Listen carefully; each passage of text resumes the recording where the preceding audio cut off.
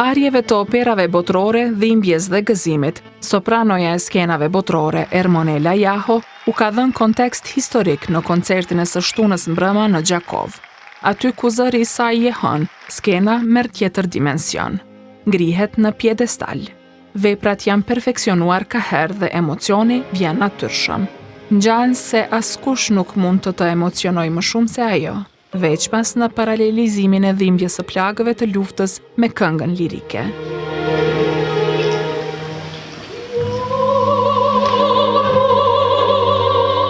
Salla e shtëpisë së kulturës Asim Vokshi në Gjakov ka qenë përplot e mbushur për një prej ngjarjeve kulturore më me peshë në këtë qytet.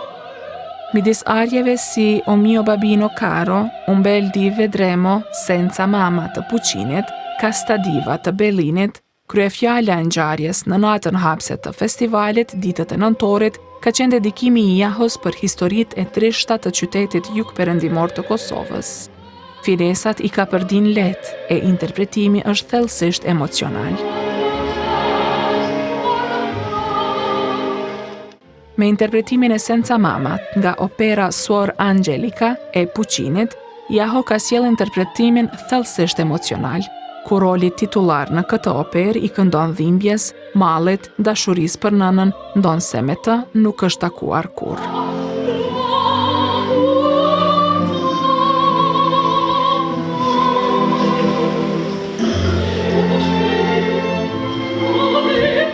Në njërën prej fragmenteve të rrëfimit, para nisjes së performancës së yllit shqiptar në botën muzikore, ka qenë ai për historinë e tragjedisë së familjes së Ferdonie Çerkezit nga Gjakova. Kësaj, Jaho, e cila e ka ideuar gjithë ngjarjen, në podiumin e shtëpisë së kulturës Asim Vokshi, ka paralelizuar historinë universale të dhimbjes. Duke luajtur skenën e fundit të operës Suor Angelica të Puqinit, vetë flijimin e rolit titullar, Angelica e ka bërë homazh për historinë e nënës Pashk që u vetë flijua në vitin 2003, kur ju kthyen në arkivole eshtrat e 2 bijve të zhdukur.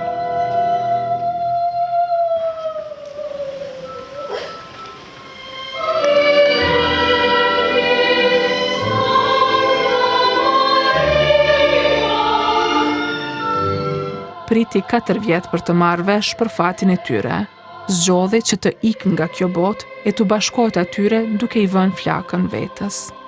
E simboli i dhimbjes së një nëne për Jahon është Çerkezi, e cila ka 2 djemë të vrarë dhe ende pret tash e 26 vjet, 2 djemë të tjerë dhe bashkëshortin. Jaho është shfaqur jashtëzakonisht e emocionuar.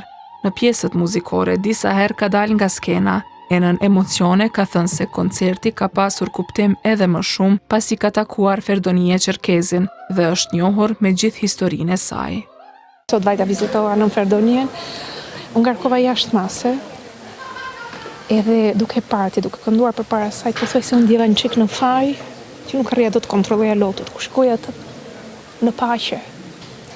Pa që në çfarë mësimi na ka dhënë ajo.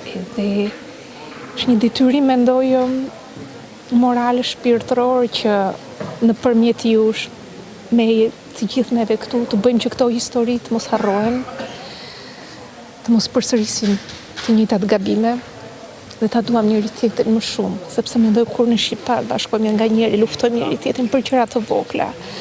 Por kur ke historisë e nëna Ferdonie, se humbjet që kanë përsuar Kosova,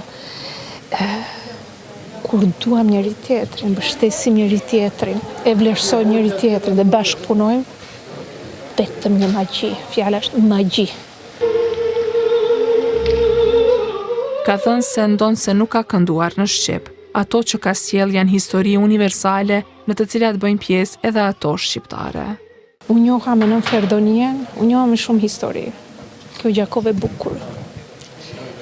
700 herë e luftuar, e shkatëruar, 700 herë e ngritur. Dhe përsëri ai korri zërave të fëmijëve.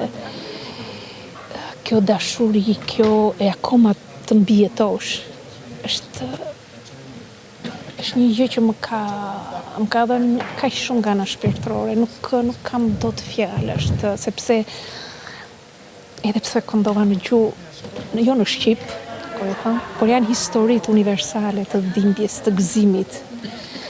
Dhe historitë shqiptare ka përcejnë çdo lloj limiti. Vepra e fundit në program, skena finale e operës Suor Angelica, mbaron tragjikisht. Nëse do ta luante këtë skenë në një produksion opere, Jaho do të vraponte ta përqafonte imazhin e tij që po i shfaqej, por në përshtatje të kontekstit historik, shqiptar e tradicional, ajo bie për tokë të djepi i mbuluar të cilin e zbulon, e gjen të zbrazd dhe nis e vajton.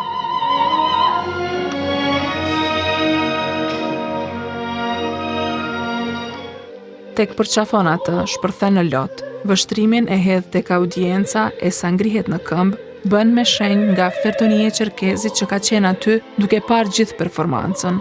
Publiku dhe ata që kanë qenë në këtë skenë janë parë të prekur.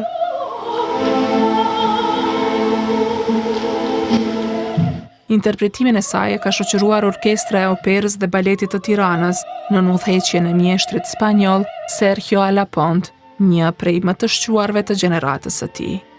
Është shprehur i prekur edhe me fat që ka përjetuar emocionet e koncertit duke ju referuar Ferdonie Çerkezit si dritare e historisë dhe e dhimbjes. I will never forget in my life Kur në jetë nuk do të harroj personin që takova në këtë mbrëmje, një dritare e historisë së humbjes së bashkëshortit dhe 4 djemve. Edhe nëse dinim gjithçka nga kjo luftë, ta kuptojmë ballë për ballë, atë është shumë e dhimbshëm. Është mësim i madh për mua fakti që kjo grua ende lufton në vazhdimsi ditë pas dite. Kjo tregon se sa i fortë është ky vend, këta njerëz. Jam prekur shumë nga gjithë ajo që keni përjetuar në një periudhë shumë të afërt. Është i njëjti horror që po jetojmë në këtë kohë dhe askush nuk ka mjaftueshëm kuraj dhe qartësi për të thënë të vërtetën për atë se çfarë po ndodh. Pianistja si Hana Bunjaku Vitaku ka thënë se Jaho me performancën e saj ka emocionuar të gjithë. Është privilegj për neve që kishim Ermonelën këtu dhe dha një performancë të papam ndonjëherë. Jemi shumë të emocionuar dhe nuk besoj që m'ngeli dikush nga audienca pa u përlot me performancën e saj që ndërlidhi me kohën e luftës dhe prezent në audiencë kishim dhe persona citizen Ferdonie, të cilës enkas ja kishte kushtuar një këngë. Thjesht ishte shumë impresionuese, emocionuese dhe shpresoj që sa më shpesh ta kemi Ermonelën këtu.